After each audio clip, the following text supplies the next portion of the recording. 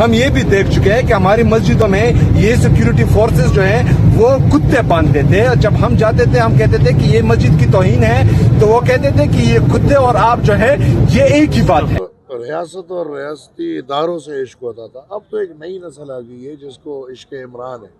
نہ قوم کی پرواہ ہے نہ ملک کی پرواہ ہے، تو لہٰذا عشق عمران والوں کے ہمیں نہ حکومت دکھ رہا ہے، نہ کابینہ دکھ رہا ہے، نہ کوئی کام دکھ رہا ہے، نہ کوئی پرواہ ہے پختونوں کی۔ حالات دیکھیں کیا حالات سے ہم گزر رہے ہیں، ادھر طالبانائزیشن ہے، ادھر ٹیررزم ہے، ادھر یہ سب کچھ چل رہا ہے، اور ہمارے وزیر اعلیٰ کو جو منتخب کیا ہے اس کو باقی کسی چیز کی پرواہ نہیں بلکہ عمران کی رہائی کی پرواہ ہے، تو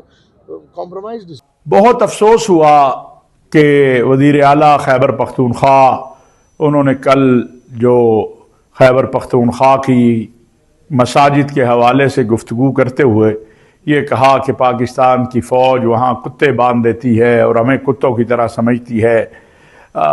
میں سمجھتا ہوں وہ اب ایک ذمہ دار منصب پر ہیں، انہیں ذمہ داری سے بات کرنی چاہیے۔